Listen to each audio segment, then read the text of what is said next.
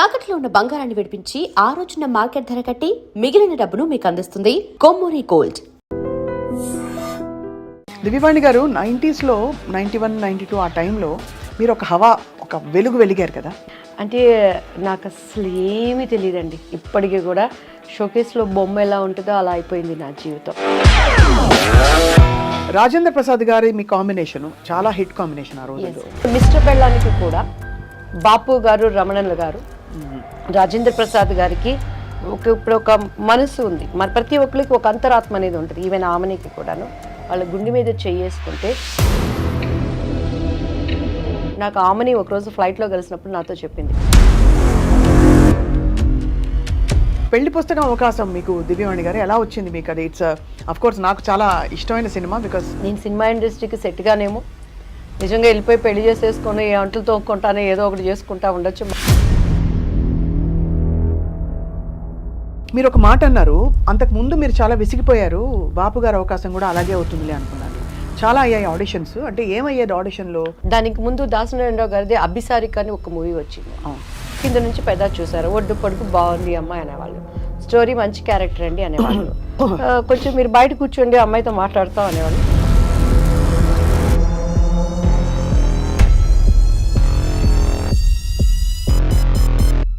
కాదు అంటే అంత ఓపెన్గా మిస్బిహేవ్ చేసేవారా? కొండవీటి దొంగలో శుభలేఖ రాసుకున్న యాక్చువల్లీ నేను ఆయనకు మరదలు. ఆ సాంగ్ నాకు ఆయనకి ఉండాల్సింది. కొన్ని అనివార్య చెప్పుకోలేని కారణాల వల్ల ఆ సాంగ్ మళ్ళీ రాధా గారికి మార్చబడింది. ఓహో, అందులో కూడా మళ్ళీ మరి ఫిల్మ్స్ బాగా సాగుతున్న టైంలో మీ వివాహం ఎలా జరిగింది తెలియవాడి? ఆఫ్టర్ దట్ చెన్నై వచ్చేసాను నేను. అప్పటి నుంచి నేను సింగిల్ పేరెంట్. ఇప్పటి వరకు కూడా బయట ప్రపంచానికి ఎవరికి తెలియదు. ఫస్ట్ టైం మీకే మీ ఇంటర్వ్యూలోనే చెప్తాను. అప్పుడు మీ వారికి నచ్చలేదా? నచ్చలేదంటే కొన్ని అభిప్రాయ భేదాలు వచ్చినాయి. కే పాల్ గారిని కలిసారు ఎప్పుడైనా? దివ్యవాణి, నువ్వు బీజేపీకి వెళ్తున్నావు అని వినా, నువ్వు శాపగ్రస్తురాలు అవుతావని. ఎందుకు? నీ దృష్టిలో బీజేపీ అంటే భారతీయ జనతా పార్టీ, నా దృష్టిలో భారతీయ జీసస్ పార్టీ. ఈ మధ్య మలయాళ ఇండస్ట్రీలో కావచ్చు, తెలుగు ఇండస్ట్రీలో కావచ్చు, మన జానీ మాస్టర్ ఇష్యూ కావచ్చు, ఇంకోటి కావచ్చు, ఈ అమ్మాయిల పట్ల కొన్ని అమ్మాయిలకి వర్కింగ్ కండిషన్స్ బాగా లేవు. ఆడదానికి ఇష్టం లేకుండా ఏది జరగదు స్వప్న గారు. నా భర్త నా పక్కన ఉన్నా కూడా నా ఇష్టం లేకుండా నా శరీరాన్ని తాకలేదు అనేది నిజం అనేది మీకు తెలుసు, నాకు తెలుసు.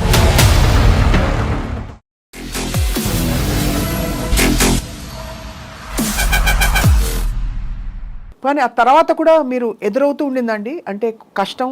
ఇప్పుడు మనకి కొన్ని గీతలు మనం గీసుకుంటాం, మనకి ఇలాంటి కాస్ట్యూమ్స్ వేసుకోను, ఈ ప్రవర్తన నాకు నచ్చదు అని. ఆ గీతలలో ఉండడం వల్ల ఇంకా తర్వాత కూడా మీరు అవకాశాలు కోల్పోయారా? లేకపోతే చాలా కోల్పోయాను. మిస్టర్ పెళ్ళాం ఒకటేనా?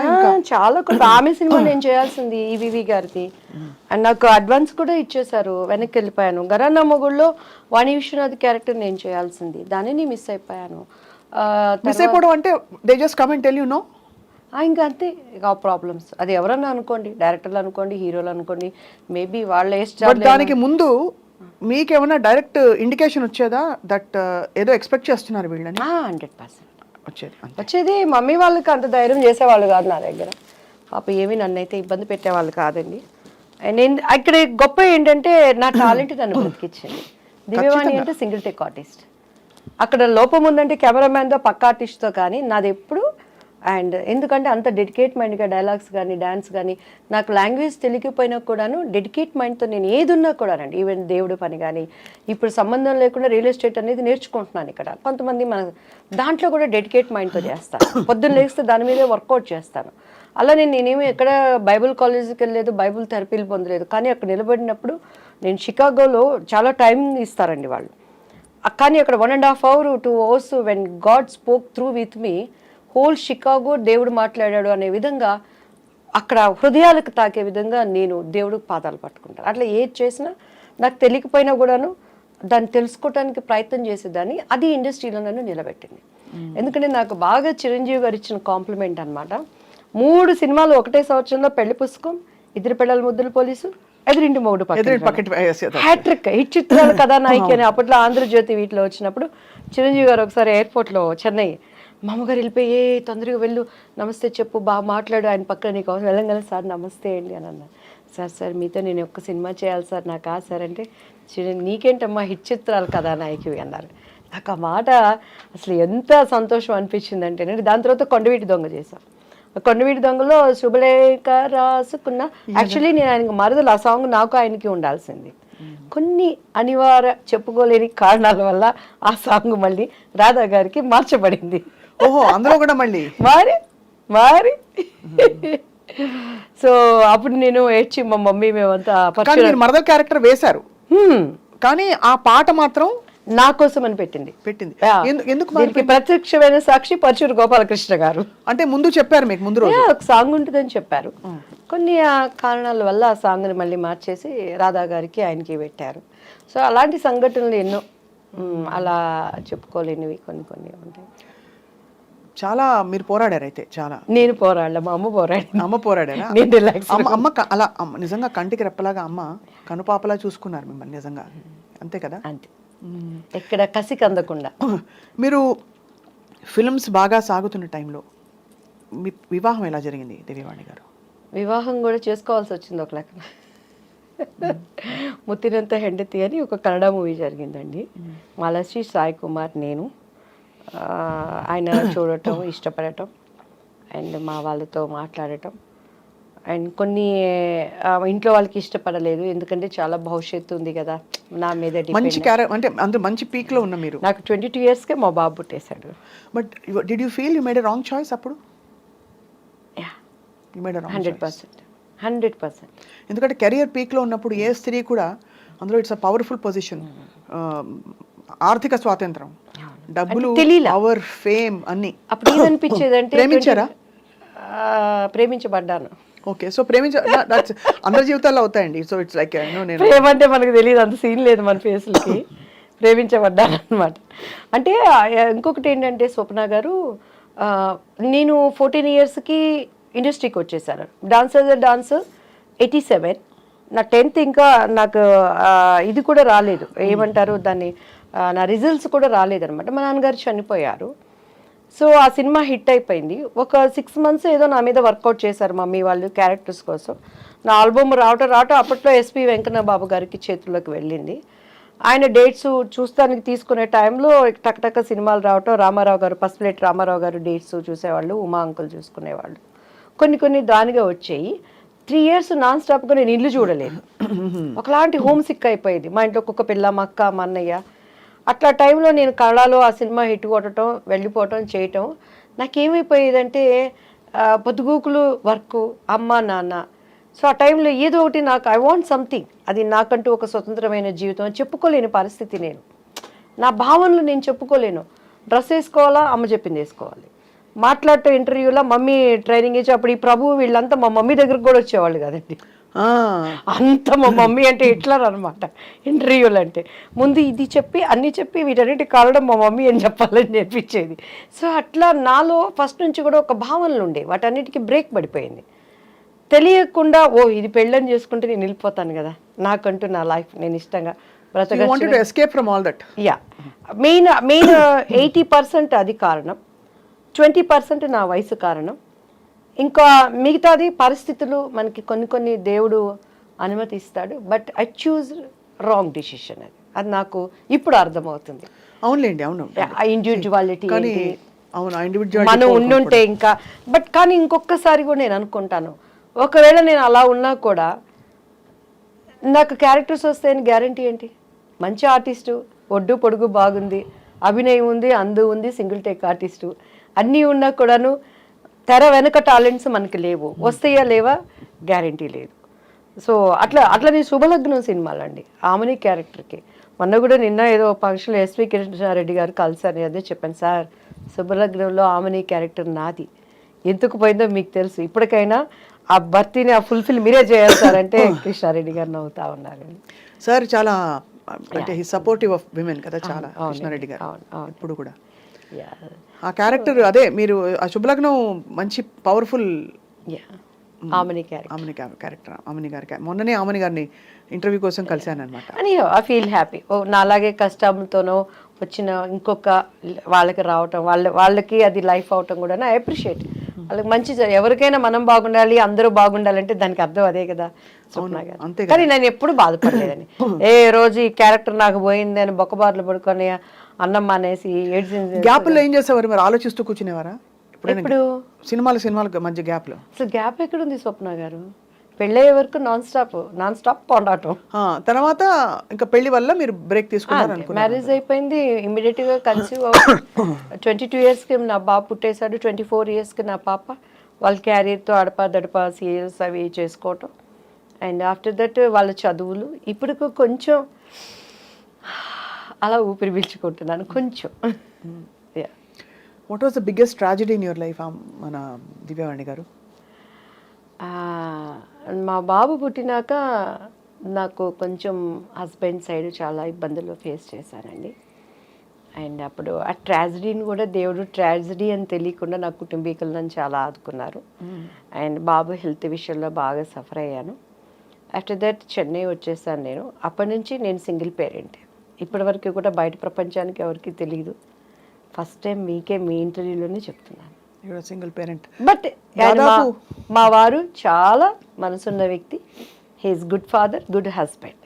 కానీ కొన్ని అనుకోని సంఘటనలు నా కళ్ళతో నేను చూడటం ద్వారా దగ్గరైన మనుషులకి దూరంగా బ్రతుకుతూ ప్రపంచం కోసం అండ్ నేను ఒక నీతి నియమాలతో ఉండే అనేటువంటి కట్టుబాట్ల కోసం నా పిల్లలకి నేనే ప్రపంచం. But is very lovely father. Is a good father to them. Is good husband. మీకు వారికి అంటే గుడ్ హస్బెండ్ ఎందుకు లేదు, ఎవ్రీ మినిట్ ఈ will take care about me. కొన్ని ఏంటంటే అక్కడ పరిస్థితులు, వాటిని నేను మళ్ళీ ప్రభువుని అంగీకరించటం, అది అభిప్రాయ భేదాలు అనేవి రావటం వల్ల మానసికంగా దూరం అయిపోయాం. చాలా సంస్కారవంతుడు ఆయన. నాకు దేనికి అడి చెప్పి every minute he will take care. మా పిల్లల గురించి కానీ ఇక కామెడీ ఏంటంటే మా పిల్లలకు కూడా మాకు ఎంత అగాధం ఉన్నది అనే విషయం తెలియదు.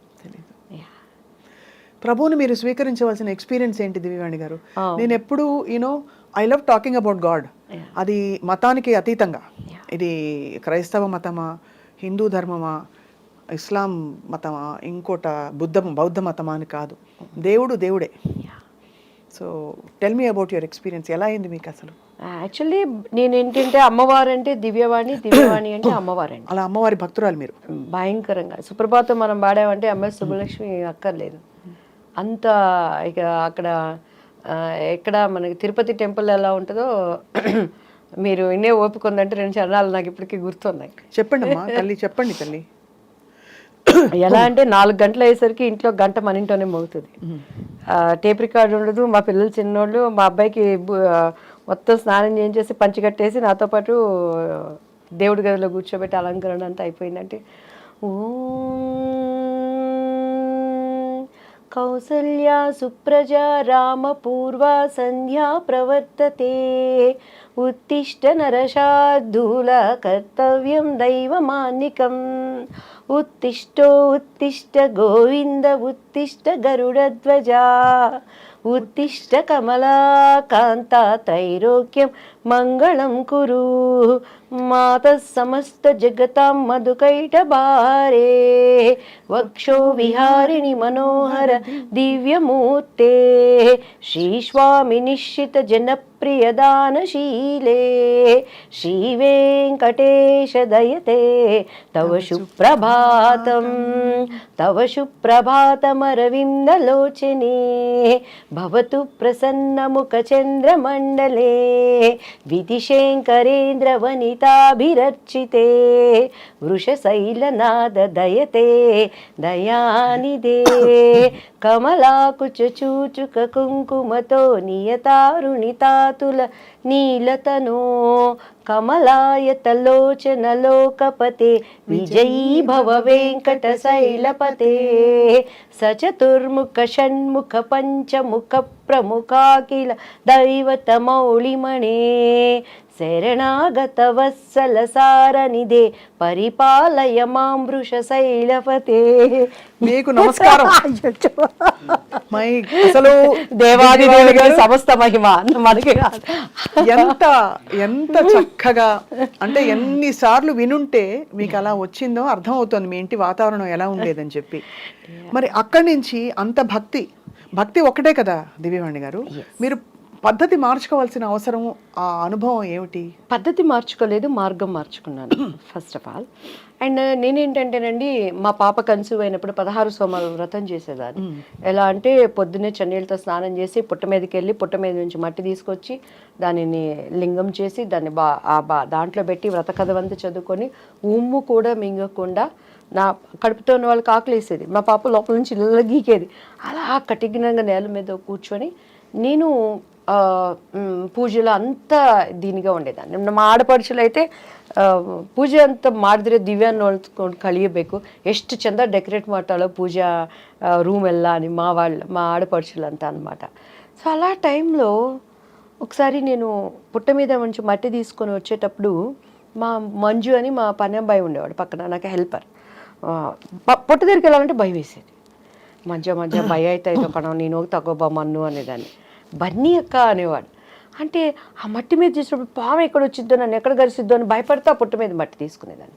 ఒకరోజు మా ఇంట్లో అప్పటి సౌదీ అని చెప్పని కర్ణాటకలో అంతా బచ్మనే అంటారండి, బాత్రూంలోనే రాగి కాగుంటుంది, 24 hours నీళ్ళు కాగుతూనే ఉంటాయి.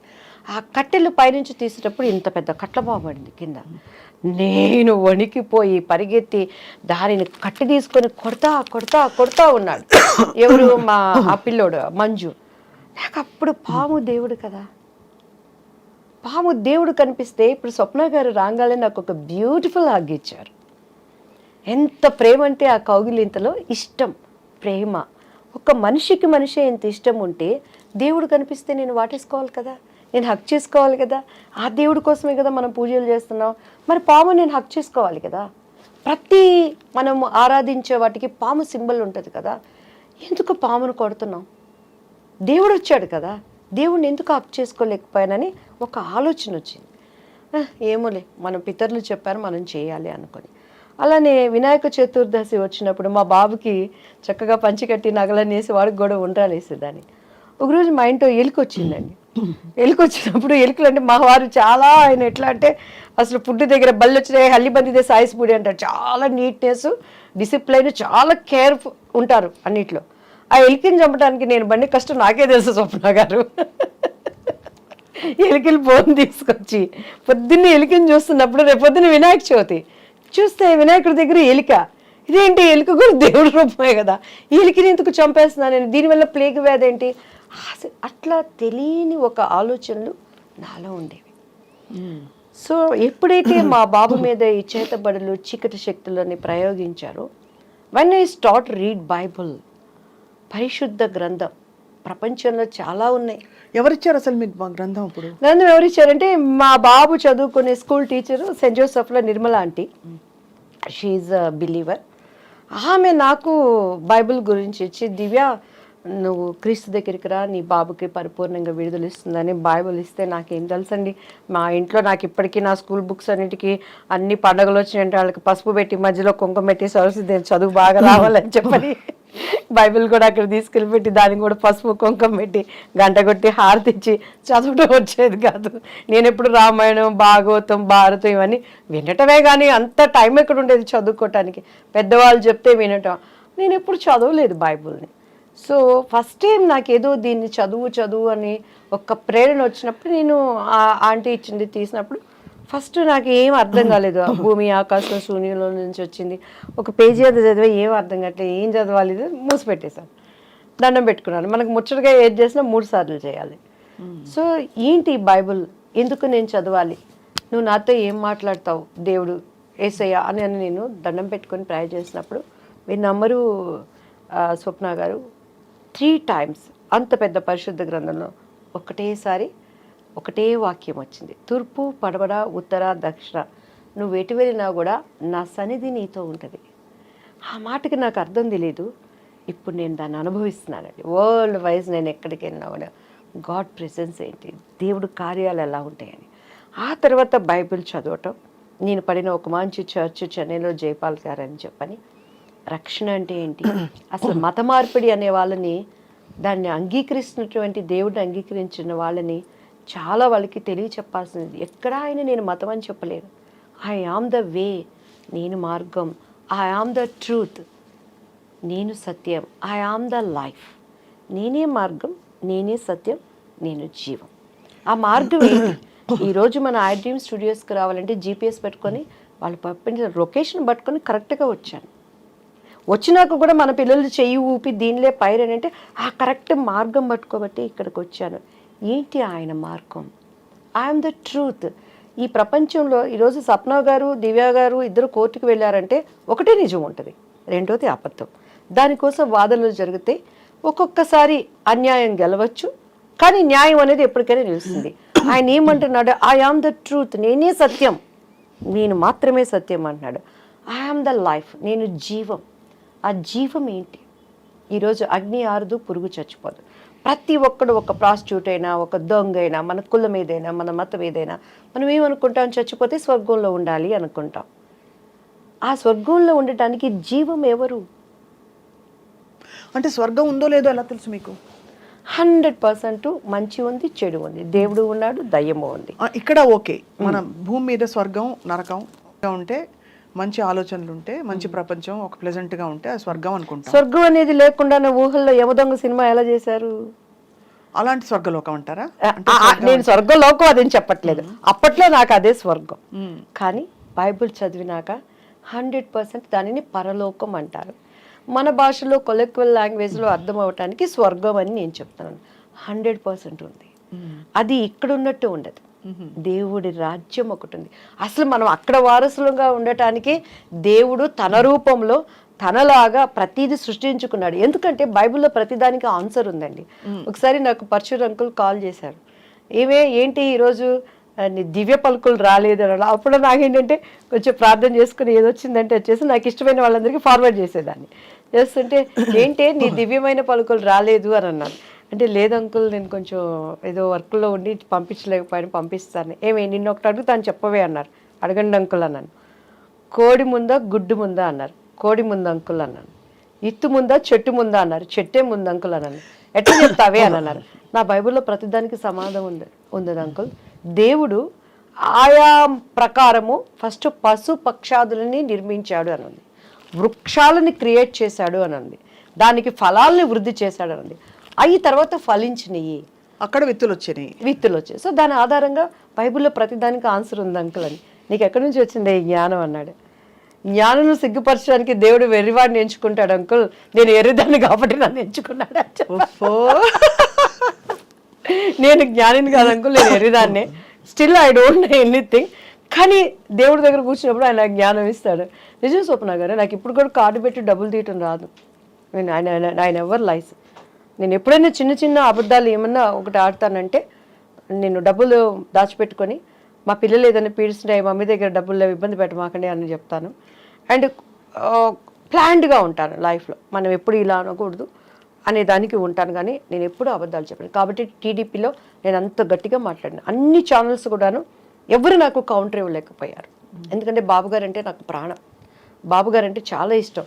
టీడీపీ నుంచి నేను బయటకు వచ్చినాక కూడాను నన్ను అపోజిషన్లో ఉన్నప్పుడు ఆ రోజు జగన్ గారి పార్టీలో ప్రతి ఒక్కళ్ళు సంప్రదించారు. ఇప్పటికైనా రండి, మీలాంటి వాయిస్ కావాలి అన్నప్పుడు నేను ఎందుకు, జగన్ గారు నాకు విరోధి కాదు, యాజ్ ఎ బిలీవర్గా ఆయన నేను చాలా అభిమానిస్తాను. కానీ అక్కడ నేను అమరావతి అప్పుడు ఒక ప్రార్థన చేశానండి. మీరు కావాలంటే ఆ ప్రార్థన మీరు చూడండి. ఇది అమరావతిగా ముద్రించబడాలి దేవాన్ని చేసిన ప్రార్థన వ్యర్థమైపోతుంది.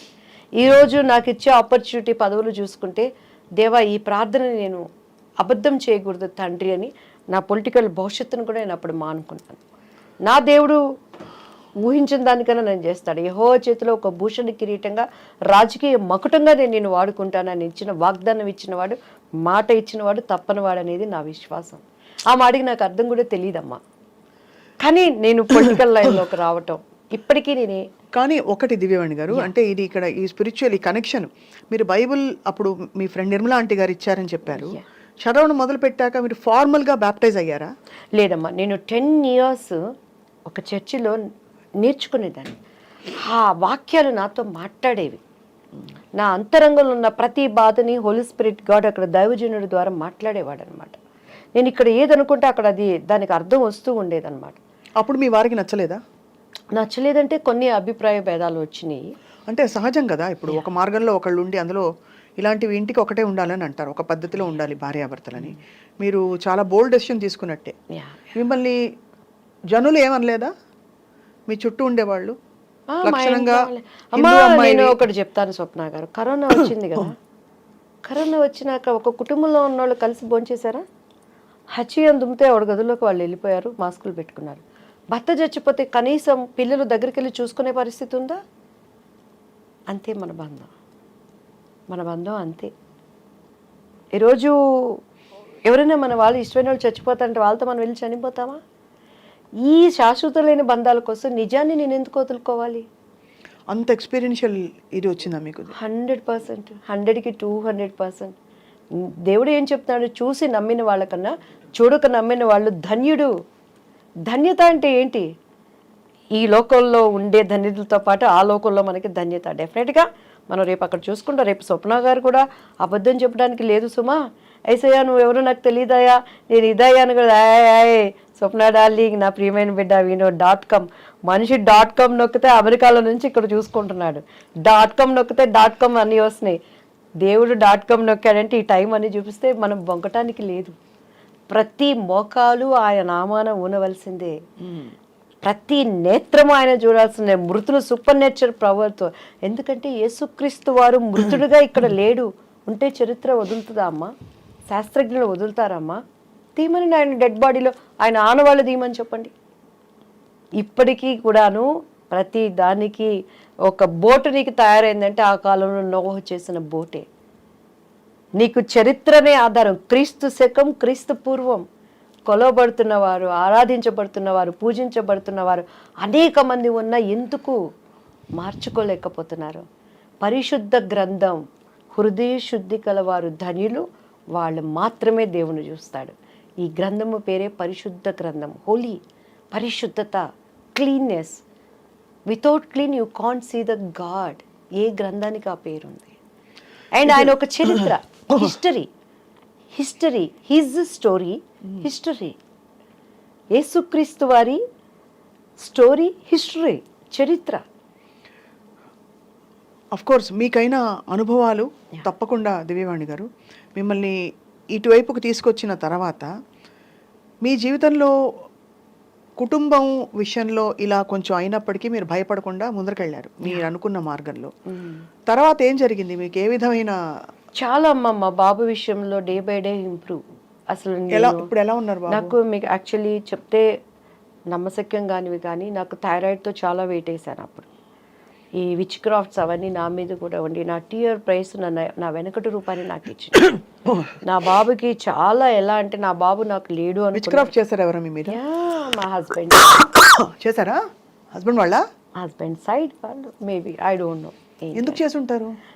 ప్రాపర్టీస్, వేరే లాంగ్వేజ్ నుంచి వచ్చిన అమ్మాయి ఉంటాయి కదండి, చాలా జెల్సీ మైండ్లు. అందరూ మంచితనం జరిగిందా బాబోయ్? ఎస్పెషలీ నా బిడ్డ రేపు వారసుడు అక్కడ. ఇప్పటికీ కూడా నేను ఇంకా ఫైట్ చేస్తున్నాను. సో అలాంటి టైంలో మా కుటుంబీకులు ప్రేమనంతా మా ఇంట్లో మా అన్నయ్య వాళ్ళు గృహప్రవేశాల కంటే కూడా నన్ను పిలిచేవాళ్ళు కాదు. ఇక్కడికి వచ్చిన యేసుక్రీస్తు అంటుంది అని చెప్పని. సో అట్లా బంధువులు. దేవుడు ఏంటంటేనండి, అంటే నేను ఎవరిని విమర్శించట్లేదు సుమా. అండ్ ఇప్పుడున్నటువంటి నా తోటి సహోదరులు సహోదరులు వాళ్ళు ఏ కులమైనా ఏ మతమైనా, భారతదేశము నా మాతృభూమి, భారతీయులందరూ నా సహోదరులు. ప్రతి ఒక్కరిని నేను విలువనిస్తాను, గౌరవిస్తాను. ఓపికతో వాళ్ళు నిజాన్ని తెలుసుకోవాలని ప్రార్థన మాత్రమే చేసుకుంటాను. కానీ నేను ఎవరిని ఎప్పుడు క్రిటిసైజ్ చేయనండి. చాలా నేను వాళ్ళ విలువనిచ్చి చాలా వాటిని అటెండ్ అయింది కూడా నేను ఉన్నది. అయితే ఇక్కడ నా స్వ అనుభవం, మీరు ఎన్నో ఇంటర్వ్యూస్ చేస్తుంటారు, ఇంత బోల్డ్గా లేదు దివ్య అన్నారు. ఎవరైనా ఈ మాట మీరు అనగలిగారా? ఎంతోమంది దేవుళ్ళు చూశాను. ఈ నిజాన్ని, ఈ కనెక్టివ్ని నేను గ్రహించుకున్నాను.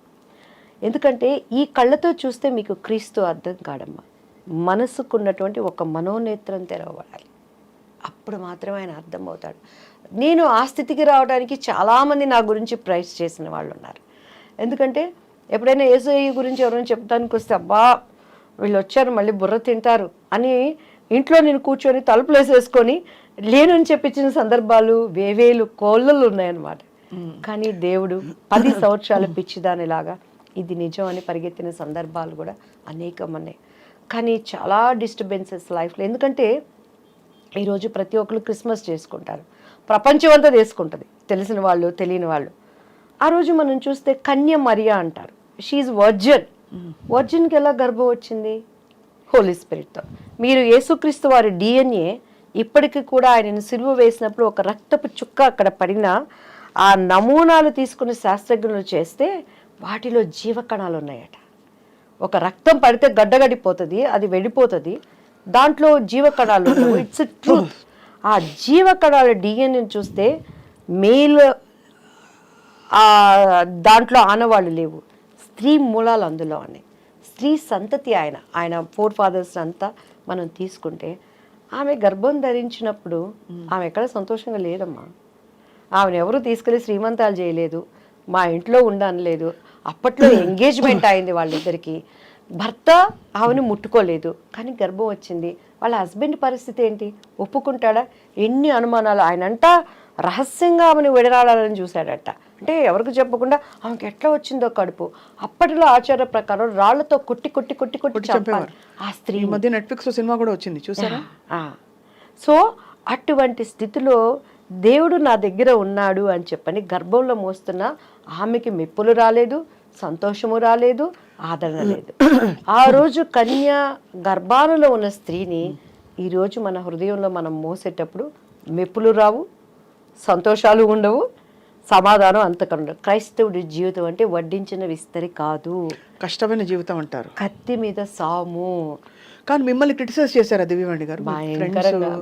సినిమా ఇండస్ట్రీ సభ్యులు. కానీ దేవుని మహాకృపమ్మ. టీడీపీ పార్టీలో ప్రతి ఒక్కళ్ళు నా దగ్గరకు వచ్చి ప్రార్థన చేయించుకునేవాళ్ళు. అది ఓకే అంటే అలా చేయించుకోవడం, బట్ క్రిటిసైజ్ ఏమో నా ముందుకు వచ్చి ఎవరు చేయరు కదమ్మా స్వప్న గారు. నా ముందుకు వచ్చి ఎవరు చేయరు. నా కుటుంబీకులు అనేవాళ్ళు నువ్వు అంతా ఓవర్ చేస్తున్నావు, అతి చేస్తున్నావు, నీకు ఎందుకే అని చెప్పనేవాళ్ళు. ఏంది అతి? లవ్ చేసుకునే మెసేజ్లు పంపించుకునేటప్పుడు అతి లేదు, తినటానికి అతి లేదు, సంపాదనకు అతి లేదు, అక్రమంగా పోవడానికి అతి లేదు. దేవుడి దగ్గర అతి ఏంటి? నాకు ఇష్టమైంది నన్ను వదిలేయండి అనేదాన్ని. అట్లా బ్యూటిఫుల్. మీ ఎక్స్పీరియన్స్ మీరు షేర్ చేసుకున్నందుకు first of all thank you so much. ఎందుకంటే ఇది అత్యంత మనసుకి సంబంధించిన ఎక్స్పీరియన్స్. అయితే దేవుడితో అనుబంధం అంటే ఎలా అయినా సరే, అది ఎవరైనా వచ్చి నేను శ్రీకృష్ణుడి చూశానని వాళ్ళు చెప్పినా, లేకపోతే మరో విధమైన ఎక్స్పీరియన్స్ అయింది, నాకు ఒక మిరకల్ జరిగింది చెప్పినా, మీరు ఇప్పుడు చెప్పిన చాలా ఆర్ద్రతతో, చాలా ఒక సంతోషంతో షేర్ చేసుకున్నది, it is a beautiful thing. ఒక్కటే స్వప్న గారు, ఇప్పుడు నేను వచ్చాను, పొరపాటుని ఇక్కడ ఏమో నల్లగా మసి అయింది. ఈ మసి పోవాలంటే ఏం చేయాలి? మసి పెట్టి రుద్దితే మసిపోతుందా? నీళ్లతో కడగాలి, సబ్బేసి కడగాలి. సో మనలో ఉన్న పాపం పోవాలంటే పాపం లేనివాడు కావాలి. అవును, పాపం లేనివాడు ఎవరు ఈ లోకంలో? యేసుక్రీస్తు వారు ఎవరి రాజ్యాలన్నా తీసుకున్నారా? ఎవరి భార్యలన్నా ముట్టుకున్నారా? లేకపోతే ఆయన ఎవరినన్నా కొట్టారా? ఏమన్నా ఆయనలో ఒక్క పాపం చూపించింది. ఆయన సిలువ వేసిన పొంతు పిలాతి కూడా ఆ రోజు గవర్నర్ ఆయన ఇచ్చిన స్టేట్మెంట్ చేతులు కడుక్కొని ఈ నీతిమంతుల్లో ఏ దోషము లేదు, ఆయన అక్కడ క్లీన్ అయిపోయాడు దేవుని సన్నిధిలో. ఆయన పక్కన ఉన్న దొంగ కూడా ఆయన ట్రస్ట్ చేశాడు. నీ చిత్తం అయితే నీ రాజ్యంలో నన్ను జ్ఞాపకం చేసుకోయా అని అన్నాడు. సో నమ్మకం, ట్రస్ట్. మన విశ్వాసం లేకుండా ఆయనకి ఇష్టలుగా ఉండటం అసాధ్యం. నేను నమ్మాను, ఎందుకంటే ఆ చర్చికి వెళ్తున్నప్పుడు చాలా మొండిదాన్ని. నేను అడిగాను ఆయన్ని, ఎందుకండి నేను చేసుకునేటప్పుడు కూడా నాకు ఆశ్చర్యాలు అద్భుతాలు జరిగినాయి కదా, ఎందుకు రక్షణ ఏంటి అసలు? మత మార్పిడి అని ఎవరు చెప్పాడు? ఈరోజు మత మార్పిడి అంటారు. 6 నెలల పసిబిడ్డకి మీరు పాలు తాగించగలరా స్వప్న గారు? మా బాబు 6 నెలల పిల్లోడప్పుడు తొందరగా లావు అవ్వాలని తొందరగా పాలు తాగించేదాన్ని. వాడు బొగ్గను పెట్టుకుని పుసుక్కను ఊసేవాడు. తాగు పాలు తాగు అనేదాన్ని. 6 నెలల పసిబిడ్డకే నువ్వు పాలు తాగించిన అవుకేండి? మతాన్ని ఎలా మారుస్తావు? నేను హిందూ, నా సంప్రదాయం కట్టు బొట్టు నాది నేచరు, నేను ఇక్కడ పుట్టాను, ఈ నేటివ్. నన్ను హిందూ కాదనడానికి ఎవరికి రైట్స్ ఉంది? I'm Christ believer. గవర్నమెంట్ ఇచ్చే పథకాల కోసం నేను ఆశపడలేదు. ఈరోజు అదే కదా ఇప్పుడు సుప్రీంకోర్టులో జరుగుతున్నది. నా దేవుడు నాకు పోషించుకునేవాడు. అంటే మీరేమంటారు, మతం పుట్టుకతో ఉండే మతం ఉంటుంది, బట్ మన మన నమ్మకం మంది అంటారా? నేను మతము కాదు, నా కులము అనేది దేవుడికి కూడా ఉన్నది. ఆయన యూదుడు అనేది అప్పట్లో వాళ్ళ కులం. అది నేను పుట్టింది కమ్మ కులం, నా కులము కమ్మ కులం. నేను క్రీస్తు విశ్వాసిని, ఆయన మార్గాన్ని నేను ఎంచుకున్నాను. బట్ మీరు హైందవ ధర్మంలో ఉన్నారా అంటే? హైందవ ధర్మము, మీరు హిందూని అన్నారు కదా ఇప్పుడు. హిందూ అంటే హైందవ ధర్మమేనా? భారతదేశంలో పుట్టినాడు ప్రతి ఒక్కడు హిందువే. హిందూ అని అలా చూసుకుంటే హిందూ, అవును, అది ఆ విధంగా అందరం హిందువులమే. అదే నమ్ముతాను. మరి ఎందుకు మన రాజ్యాంగంలో ప్రకారం చదువుకునే పుస్తకంలో భారతదేశం నా మాతృభూమి, భారతీయులందు నా సహోదరులు ఎందుకు? అది కొట్టేయండి. మేమంతా హైందవులు మాత్రమే నా సహోదరులు, మైనారిటీలు మాత్రమే నా సహోదరులు, ఎవరు రిలీజన్ కాళ్ళని పెట్టుకోండి, గొడవే ఉండదు. తప్పండి అది. ఒక వ్యక్తి కనెక్టివ్ అయినప్పుడు దాన్ని గౌరవించాలి. నువ్వు ముస్లిం, నువ్వు కనెక్ట్ అయ్యా, గౌరవిస్తాను నేను ఇదైనప్పుడు నాకు చెప్పడం నా ధర్మం. వినకపోతే నీ ఇష్టం. కరోనాకి ఎన్ని మందులు వచ్చినాయండి, వ్యాక్సిన్ పాటు ఇప్పుడు కూడా చాలా మంది గొప్ప గొప్ప హీరోలు, శివరాజ్ కుమార్ గారు కానీ, మిథున్ రెడ్డి గారు కానీ, కొంతమంది దానివల్ల అప్సెట్ అయ్యారు. కొంతమంది ఆయుర్వేదం వాడారు, కొంతమంది హోమియో వాడారు. ఎవరి విశ్వాసం వాళ్ళది. చెప్తున్నాను నేను ఈరోజు. స్వప్న నమ్మితే ధన్యులు, నమ్మకపోతే మన ఇష్టం. అది మనం బలవంతం పెట్టలేదు నిన్ను రమ్మని. నన్ను ఎవ్వడు బలవంతం పెడితే నేనే క్యాండిడేటా? అస్సలు కాదు. ఇప్పుడైతే దివ్యవాణి గారు ఫైర్ బ్రాండ్. దివ్యవాణి గారు అంటే ఫ్లవర్ కాదు, ఫైర్. ఇప్పుడు పుష్ప అంటే అదే. సో ఈ క్రమంలో మీ బెస్ట్ ఫ్రెండ్స్ ఎవరయ్యారు? నాకు అసలు ఫ్రెండ్స్ లేరు స్వప్న గారు. ఆమని గారు ఆఫ్ కోర్స్ మీకు అంటే కొలీగ్. ఇప్పుడు నేను నిజంగా ఫ్రెండ్స్ చేసుకుంటున్నాను అందరినీ. ఎందుకంటే స్కూల్ డేస్ లో ఫ్రెండ్స్ లేకుండా పోయారు, అదే అన్యాయం కదా. మ్యారేజ్ డేస్ లో ఫ్రెండ్స్ లేకుండా పోయారు. నా కుటుంబీకులు మొత్తం నన్ను బాయిలో కప్పలాగా చేసి పెట్టేశారు. ఇప్పుడు నాకు రేఖ అని నా బెస్ట్ ఫ్రెండ్, అండ్ తను నాకు అనుకోకుండా పరిచయం అయింది, నాకు అమ్మలాగా అన్ని. అండ్ ఇవాళ నుంచి స్వప్న గారు నా బెస్ట్ ఫ్రెండ్. నా కష్టమున్నా, నా సుఖమున్నా, ఏమున్నా స్వప్న గారు బుర్ర తినేస్తాను నేను హ్యాపీగా. అండ్ తర్వాత కొంతమంది నాకు మంచి స్నేహితులు ఉన్నారు. బట్ ఇండస్ట్రీలో ఎవరు ఫ్రెండ్స్ అవ్వలేదా? నేను ఇప్పుడు బయటకు వెళ్ళలేదు స్వప్న గారు. అంటే మామూలు ఫ్రెండ్స్ అవుతారు కదా, కొలీగ్స్. భానుప్రియ గారు మీరు కలిసి నేర్చుకున్నారు? హాయ్ బాయ్ అంతే, హాయ్ బాయ్. కాంపిటీషన్ ఉండేది అప్పుడు బాగా, జెలసీ కాంపిటీషన్? నేను అసలు ఎప్పుడు ఎవరి మీద జెలసీ పడలేదు. మీ మీద ఎవరైనా జెలసీ పడి ఉంటారా? అయి ఉండొచ్చు. ఎందుకంటే స్వప్న గారు ఏంది ఉపయోగం దానివల్ల? ఎవరికి ఉండేది వాళ్ళకు ఉంటుంది. ఏముంది, మీరు అసలు నాకు ఫస్ట్ నా ఫ్యూజ్ ఎగిరిపోయింది ఏంటంటే, అవకాశాలు వస్తున్నాయి కానీ అక్కడ దాకా వచ్చి ఏదో ఈ పిచ్చి వీటి వల్ల, పరిస్థితుల వల్ల మీకు వెనక్కి వెళ్ళిపోయాయి. దాన్ని తట్టుకోవడం చాలా కష్టం. You have to really believe in your. ఎందుకంటే నేను దాని మీద ఆశ పెట్టుకోలేదు కాబట్టి నాకు బాధ అనిపించింది.